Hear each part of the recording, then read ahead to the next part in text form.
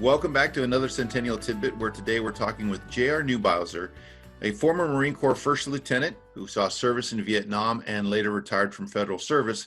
And we're talking today with him about his article on the Marine detachment that was assigned to the United States ship Olympia in 1921. He's also an associate member of the Society, as well as one of our Centennial Committee projects director. And I want to jump right on into some questions about this story. Can you, Neub, tell us how you became involved in the story behind the Marines that were assigned to the Olympia in 1921? Well, Gavin, as you know, Rich Azero and I have been good friends, and Rich is a former tomb guard, and I've known Richard since, I guess probably the late 1980s. We worked together in the federal government. He knew that I was a Marine, and one day he sent me an email and said, "Hey, I saw a story recently that there was Marines aboard the Olympia. Can you look into that and let me know? Because I just have a sense there's something more behind this." So he launched me into this research, and it just kept getting deeper and deeper and deeper. It was a great story, and he had a great sense, and it led us to the article. Okay. So have you written books before, or written articles before, I should say? Well, I have. The most recent one I wrote about my third cousin, who was with the 1st Machine Gun Battalion. And he was in about 7 campaigns in Europe. Made it back safely, but worked for his dad. He cut his head on a nail, got tetanus, and died. This was in Belle Plaine, Minnesota. They named the American Legion Leo B. Neubeiser. So I belong to an American Legion that has my last name. The Legion called and asked me if I'd write an article about him, which I did. And it was published in local newspapers. Nice. So when we're talking about the centennial of the Tomb of the Unknown Soldier in 2021, why do you think that diving into histories such as this and bringing these stories to light is important? Well, I think it's important for a number of reasons. The one that comes to my mind first is for Marine Corps tradition.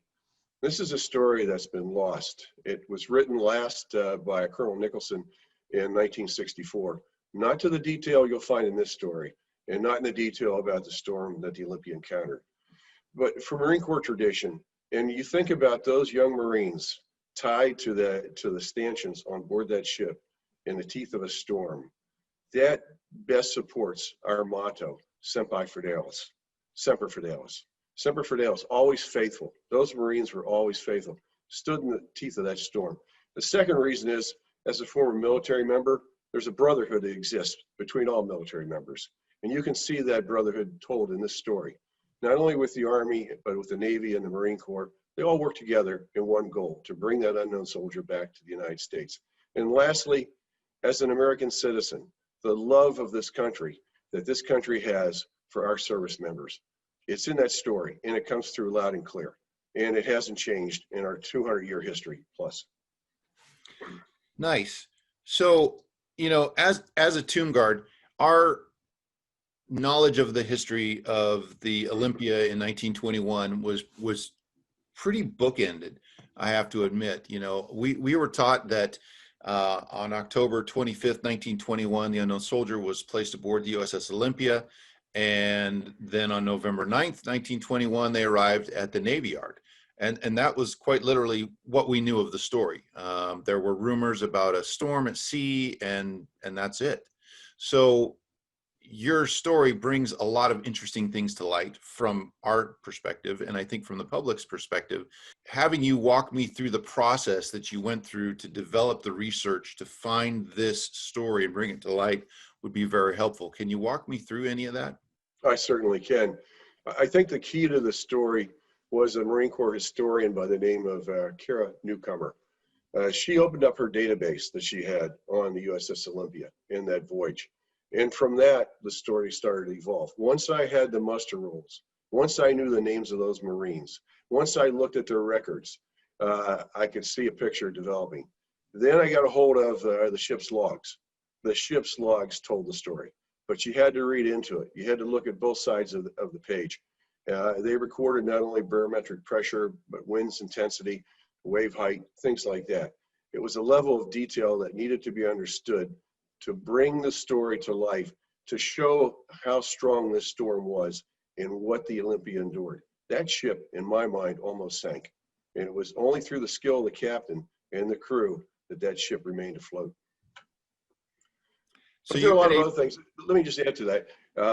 I had to read newspapers like the Washington Post and little details from the Washington Post, like the gangplank was sanded before they left the ship when they arrived at the Navy Yard. There are a lot of little details, where the flyers were located. Yeah, I reviewed videos, video after video after video. And I've got to tell you, Gavin, there were a number of mistakes I found in the literature. Famous authors had made mistakes. There are mistakes in articles, and you had to go back and double check and triple check to verify things as I recorded them and wrote about them. I didn't want to make any mistakes because I knew this was done for the Tomb Guard Association, and you guys are pretty sharp, and you do things right, and I wanted to do this right for you. Well, I think that you've captured it quite well. And can you kind of take us a little bit through the tale? Your story picks up where a young captain of Marines is given this mission in a rather unique way, I think, via radio. If you could maybe start there, and let's walk through this. Oh, I sure will. To me, it happened all of a sudden, and I knew that Congressman Fish had passed this legislation in March of 1921, and I couldn't understand why all of a sudden in September they were issuing orders to a Marine captain to put together hurriedly a detail to board the Olympia and sail for France. After I looked into it, I found that Fish initially wanted the ceremony held in May on Memorial Day, and that couldn't come to pass. And it wasn't until I think August that, or it was either August or September, it was August, that the Army finally decided that they were going to go bring back an unknown soldier.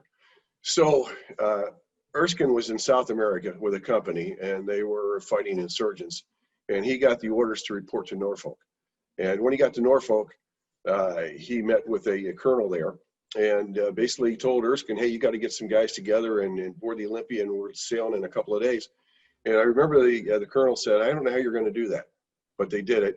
And unique to the story is I went back and looked at the muster rolls. It's clearly indicated in the muster rolls that those Marines came from the Sea School at Norfolk. And they were young Marines, probably just out of basic school. Out of Parris Island boot camp. They worked for a First Sergeant Mullins. And it was interesting because I looked at his dates of enlistment and they didn't match for a first sergeant. He'd been enlisted for like a year and a half, something like that. So we went back and researched that and found out that he re-enlisted. He got out of the Corps, was out for 6 months and came back in. So those are the kind of details you had to check.